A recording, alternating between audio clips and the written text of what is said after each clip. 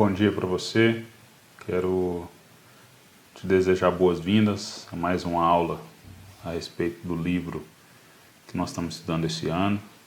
Toda aula eu faço questão de dizer o nome do livro, né? O nome do livro é Amando a Deus no Mundo, por uma Cosmovisão Reformada, de autoria do pastor Heber Campos Júnior.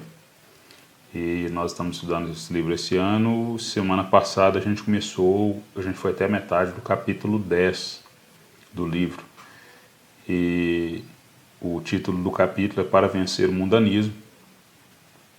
E nós vimos até a metade, a gente viu dois tópicos que o autor faz no livro, que são Panteão de Deuses, que a gente viu que os três jovens e Daniel lá na Babilônia viviam num contexto de muitos deuses, e eles escolheram servir ao Deus vivo.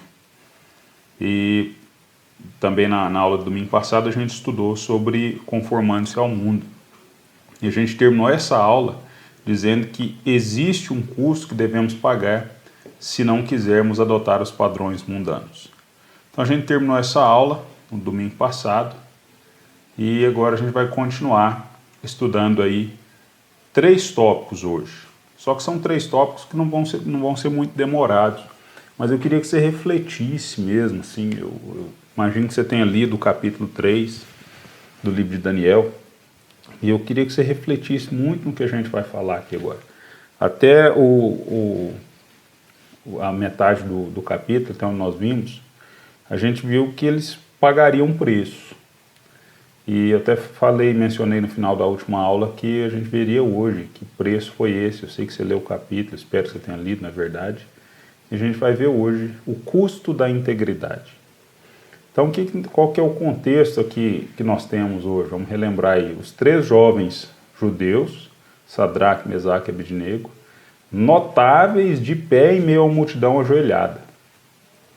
Diferentemente de muitos judeus, para esses 3 que não se conformaram, que não tomaram a forma do mundo em que eles estavam vivendo, o primeiro mandamento era muito importante. Então, diferentemente dos demais, aí, dos judeus, de todos aqueles que se prostraram ali, para eles o primeiro mandamento era muito importante. Provavelmente aquele pessoal que estava buscando um momento para acusá-los já conhecia a conduta constante dos 3 jovens. Porque eles falaram assim pro rei: olha, aos teus deuses eles não servem. Está lá no versículo 12 do capítulo 3 do livro de Daniel. E, além disso, muito provavelmente também, os acusadores invejavam a posição deles. Por quê? Os caras eles eram nativos, de acordo com o verso 8, não se conformavam em serem liderados por judeus. Versículo 12. Então, o pessoal do país mesmo estava sendo comandado, estava sob a autoridade ali de cativos do povo judeu, né, que eram os 3 jovens que foram levados para o cativeiro. Então, eles finalmente conseguiram agora uma ocasião de expor essa infidelidade para o rei Nabucodonosor. Aí você pode me perguntar assim: mas Danilo, cadê Daniel? Onde Daniel estava? Bom, o autor, Heber Campos Júnior, ele ressalta alguns pontos de vista, eu vou falar com vocês agora a respeito disso. Primeiro, não se sabe por que Daniel não está em cena, a gente não sabe por que ele não está lá. Só que a gente não pode deduzir que Daniel se curvou diante da imagem de Nabucodonosor. Por quê? O texto destacou somente os 3 amigos, e a gente vai imaginar que Daniel se curvou? Daniel já tinha exercido uma liderança espiritual e influente sobre seus amigos, que a gente viu isso nos capítulos 1 e 2. E a gente sabe, diante da leitura do restante do livro de Daniel, que ele vai manter sua integridade mesmo ao custo de sua própria vida. Está lá no capítulo 6. Então esses fatos são fortes evidências contra a ideia de que ele teria sucumbido à pressão descrita no capítulo 3. Alguns comentaristas, segundo Campos Júnior, sugerem que ele estivesse em viagem Outros simplesmente preferem não especular, não ficar imaginando, não ficar fazendo conjectura de onde pudesse estar Daniel. Ele poderia ser um político, por exemplo, de alto escalão, e é até possível que ele estivesse presente na cerimônia, mas que fosse isento de ter que demonstrar a sua lealdade, por causa da sua elevada posição, conforme a gente viu em Daniel 2, de 48 a 49. Bom, seguindo esse raciocínio, então, Sadraque, Mesaque e Abednego teriam adquirido posições políticas inferiores à posição de Daniel, e por isso estariam sujeitos àquela questão e teriam que jurar a lealdade ao rei. Pensamos que era só isso? A gente pensa, não, já acabou, né? O cara já sofreu, já foi lá adiante. Não, acabou não. Chega o segundo teste para os 3 jovens. A pergunta de Nabucodonosor, lá no versículo 14, não era simplesmente uma confirmação mas uma oportunidade dos 3 jovens se retratarem, no versículo 15. Tipo, não, desculpa, você está perguntando agora, mas eu errei mesmo. Eles poderiam se desculpar ali, não, vou me prostrar agora. Mas assim, além disso, vem com um desprezo pela fé deles no Deus que anteriormente o impressionara, que anteriormente impressionara Nabucodonosor. Vamos lembrar lá, ele pergunta assim, lá no verso 15, quem é o Deus que vos poderá livrar das minhas mãos? Então, nós temos agora uma nova proposta do mundo para nos conformarmos a ele, para a gente tomar a forma dele. Diante do temível governante, com uma resposta que não foi arrogante, às vezes a gente pode pensar que foram arrogantes, mas não foram, os jovens bravamente mantiveram e sustentaram a sua posição diante de Nabucodonosor, que está lá no versículo 16. Talvez, como se estivessem sendo piedosos no coração, eles pudessem ter dito, não, desculpa, nós vamos nos curvar sim, diante da estátua que o senhor fez aí, só que no nosso coração, a gente está orando ao Deus verdadeiro. Eles poderiam ter, assim, vamos imaginar, poderiam ter sido piedosos dessa forma, né? Mas não, gente. Eles não cederam diante da ameaça e do poder. O nosso testemunho, vamos trazer para a gente agora, só acontece quando nossa piedade adentra a esfera pública. Olha o que diz em Tiago 2,18. Mas alguém dirá, você tem fé e eu tenho obras. Mostre-me a sua fé sem obras e eu mostrarei a minha fé pelas obras. Então, de novo que eu disse, né? O nosso testemunho acontece quando a nossa piedade entra na esfera pública, sai da sua zona de conforto e aparece a sua piedade de acordo com as suas ações. Se a gente ler o capítulo 3 aí do livro de Daniel, espero que você tenha lido domingo passado, se não leu, pause o vídeo, não vou parar agora não, tá? Pause o vídeo, lê de novo. E se a gente lê e conhece a história, para nós fica fácil. Não, eles sabiam que Deus ia livrá-los. Gente, eles não sabiam não. A ousadia deles fica ainda mais impressionante quando a gente lembra que eles não sabiam o final da história. A gente sabe que a gente leu. A gente pega o livro e vê a história sendo contada e relatada, a gente já vai para o final da história e sabe, pô, deu certo. Eles não sabiam o final da história, mas eles tinham a convicção de que Deus poderia livrá-los. Está lá no versículo 17. Mas não sabiam se Deus tinha resolvido por livrá-los. Se você comparar com o que está escrito lá em Marcos 1,40, por exemplo, um leproso aproximou-se dele, Jesus, né, e suplicou-lhe de joelhos, se quiseres, podes purificar-me. Então, se quiseres, é se Deus quiser, gente. Eles não sabiam, o leproso não sabia se Jesus ia, mas ele tinha fé, falou assim, olha, se o Senhor quiser, o Senhor pode me purificar. Essa foi a atitude dos jovens lá. Olha, o rei fica sabendo o seguinte, se Deus quiser, ele pode me livrar da fornalha e das suas mãos. Mas se não quiser, eu não vou me prostrar. Eu vou para o fogo. É isso que eles estavam dizendo, eu vou morrer lá dentro. Se Deus quiser, Ele vai me livrar. Naquele dia, Deus quis livrar, mas não é sempre assim não. Vamos lembrar que os jovens não sabiam, de novo falando, né, não sabiam o final da história. A gente entende que eles estavam dispostos a perder a vida. O que está escrito em Hebreus 11, gente? A gente vê o relato de exemplos de fé. E no finalzinho do capítulo a gente lê o seguinte, olha. Uns foram torturados e recusaram ser libertados para poderem alcançar uma ressurreição superior. Outros enfrentaram zombaria e açoites. Outros ainda foram acorrentados e colocados na prisão, apedrejados, cerrados ao meio, postos à prova, mortos ao fio da espada. Andaram errantes, vestidos de pele de ovelhas e de cabras, necessitados, afligidos e maltratados. O mundo não era digno deles. Vagaram pelos desertos e montes, pelas cavernas e grutas. Todos esses receberam bom testemunho por meio da fé, no entanto, nenhum deles recebeu o que havia sido prometido. Está lá em Hebreus 11, no finalzinho do capítulo. O autor do livro que nós estamos estudando aqui, Heber Campos Júnior, traz ainda o exemplo do bispo Policarpo de Esmirna, que era respeitadíssimo em seus dias por sua piedade, mas foi martirizado no ano de 155. Policarpo foi queimado e acabou servindo de exemplo sobre o custo da integridade para a igreja do segundo século.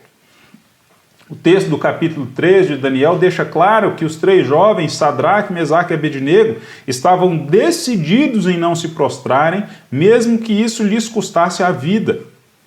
Versículo 18. Depois você compara lá com Jó 13, 15. Nós sabemos que a fidelidade a Deus pode custar a nossa própria vida, e para matar o mundanismo, você precisa estar disposto a morrer.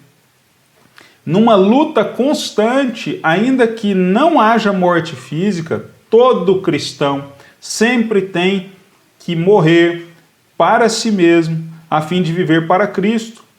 Lê lá Marcos 8:35 e Gálatas 2:19 e 20. Lutar contra o mundanismo é uma atitude incessante que requer perseverança e foco no autor e consumador da nossa fé. Hebreus 12, 2. Matar o mundanismo muitas vezes é como tratar o câncer. Você também acaba por matar as células boas. O que isso quer dizer, Danilo? Isso significa que nós precisamos deixar certas práticas que em si mesmas não são erradas para nos livrar de pecados relacionados a essas práticas. A nossa fé precisa ser acompanhada de fidelidade. Fé não é saber os resultados de antemão. Os três jovens não sabiam. Nosso dever é praticar aquilo que é correto. As consequências pertencem a Deus. Nossa vida de fé precisa ser uma confiança no que Deus pode fazer, mesmo sem saber o que Deus irá fazer, mesmo sem saber se Ele decidirá em fazer aquilo que a gente sabe que Ele pode. Por isso a fé é sinônimo de ser fiel a Ele. Vejamos a feroz oposição do mundo à deslealdade. Versículos 19 a 23. A ira de Nabucodonosor foi tamanha, lá no versículo 19, que ele pediu que a fornalha fosse aquecida 7 vezes mais. Esse 7 vezes mais é um sinônimo de aquecer ao máximo, intensidade perfeita. E que homens fortes fossem prender os 3 jovens judeus, versículo 20, para que nada desse errado. Do jeito que estavam, versículo 21, foram atados e lançados na fornalha, versículo 23.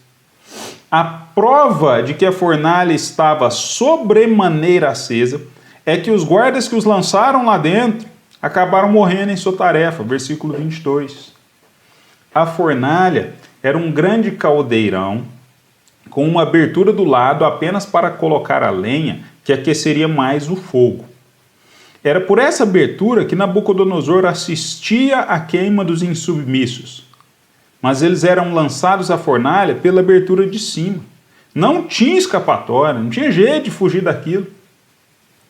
Aqueles que dizem estar preparados para entrar na fornalha por amor ao Senhor, que é o castigo do mundo quando a persuasão não consegue convencer, devem ser alertados de que a fornalha pode ser consideravelmente mais quente do que podem imaginar. Essa é a aprovação do crente. Nós vamos agora então para o próximo tópico que o autor apresenta nesse capítulo. Bom, então a gente falou até o momento, na aula de hoje, sobre o custo da integridade. Custou caro para aqueles jovens. Eles foram amarrados, lançados ao fogo, porque eles escolheram, falaram assim, olha, eu vou acreditar no meu Deus. Só que a história deles não acabou ali. Tinha ali agora, o autor vai para o próximo tópico, chamado presença restauradora.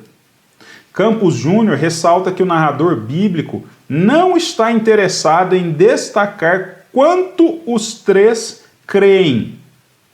Mas o destaque do autor bíblico é o Deus em que eles creem. O testemunho dos três revela isso, versículo 17. E a resposta de Deus confirma essa ênfase. O próprio autor aos Hebreus olha para a história de Sadraque, Mesaque e Abednego e afirma que pela fé eles extinguiram a violência do fogo. Hebreus 11, 34. O foco da fé não é o ato de crer, mas sim o autor e consumador da fé. Hebreus 12, 2 de novo.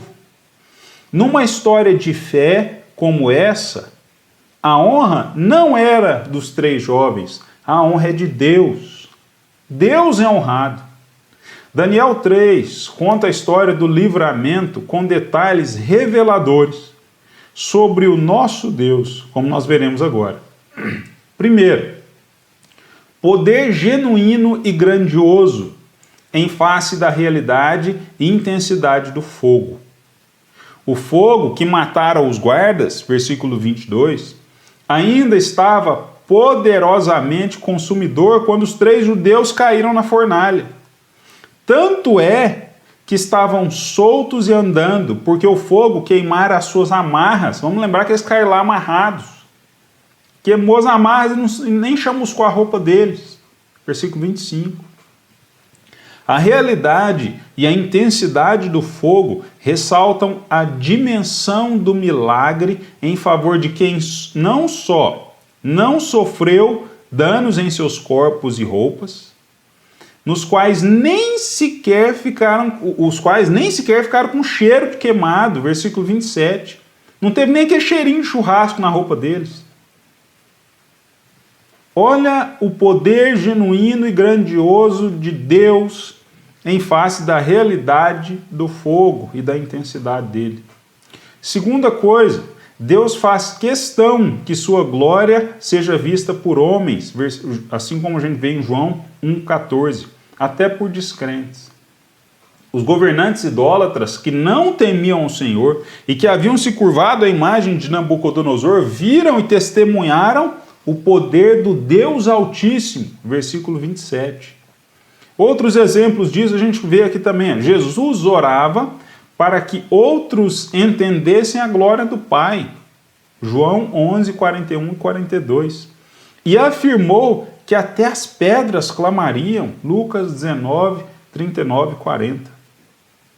Até Pilatos, em sua displicência e ironia, cooperou para que Cristo fosse visto como sendo sem pecado. João 18, 38, 19, 4 e 6. E Rei dos Judeus. João 19, 19 e 22. Em terceiro lugar, a presença preservadora e restauradora de Deus para com seu povo. A gente vê aí nesse capítulo também, nessa história.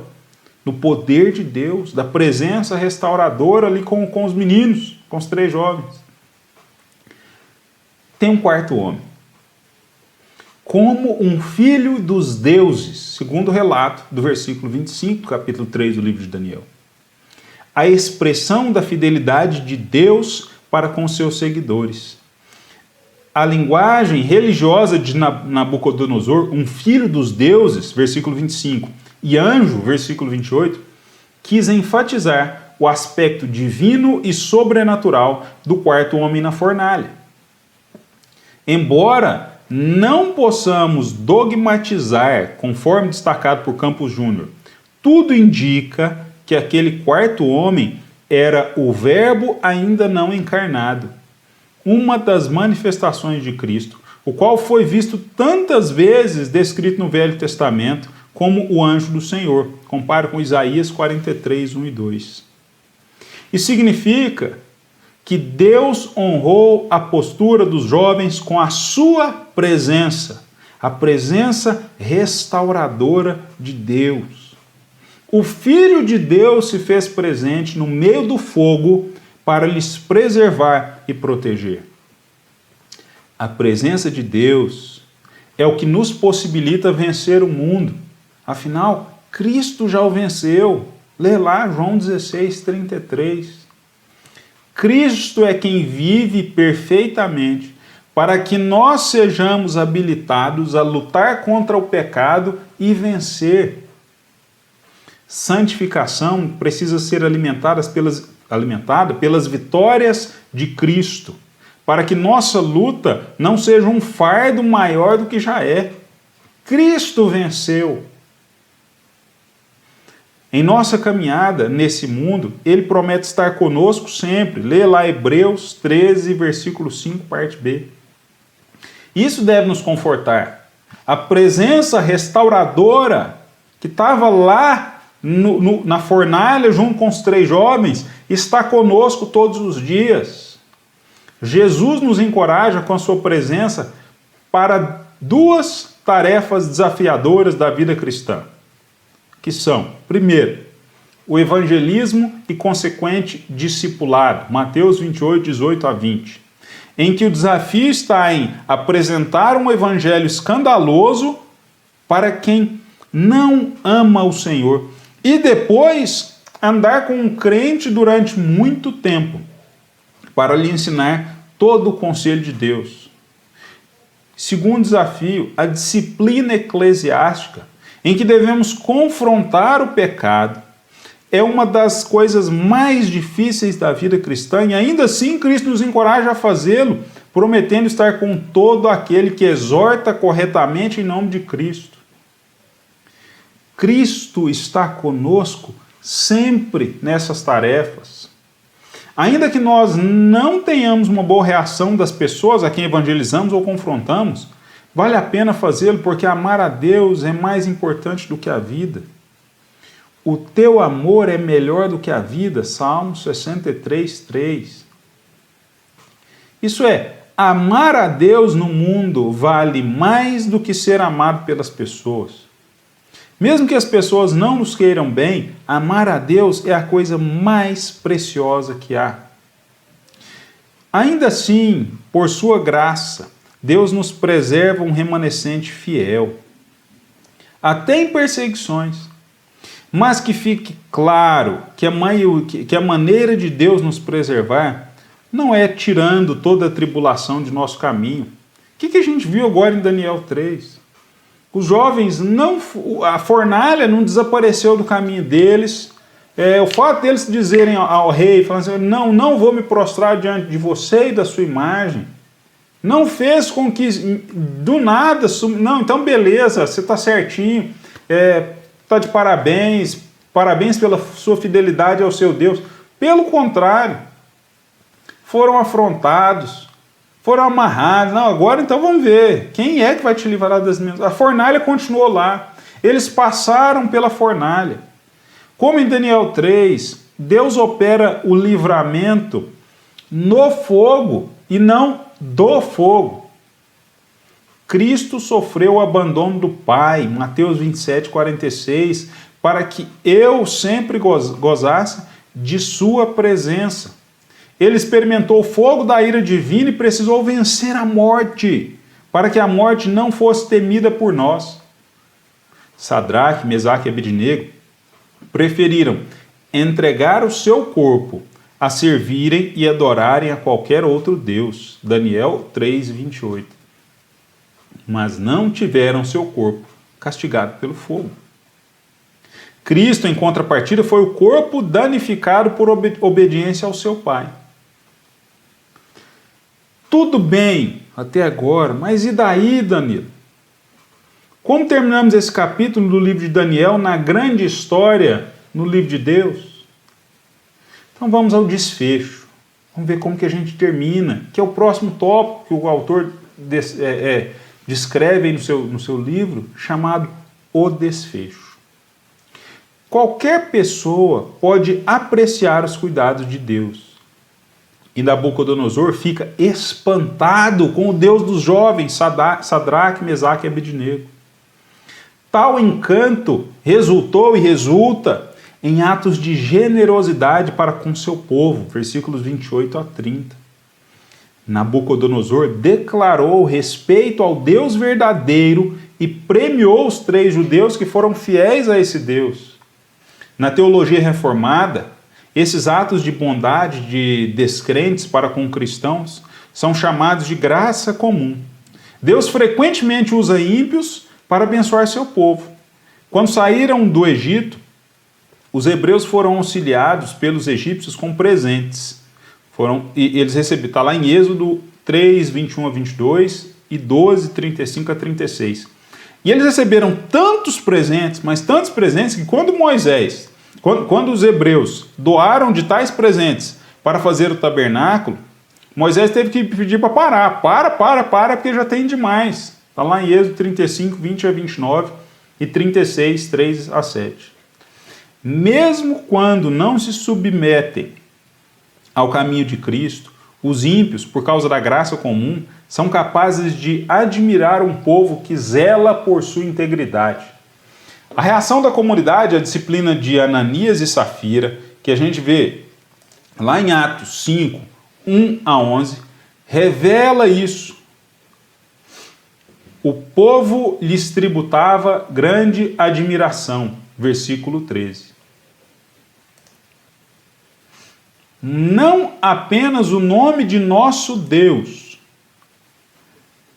é glorificado, mas Ele cuida de cada uma de nossas necessidades enquanto estamos no mundo. Deus sempre está presente pronto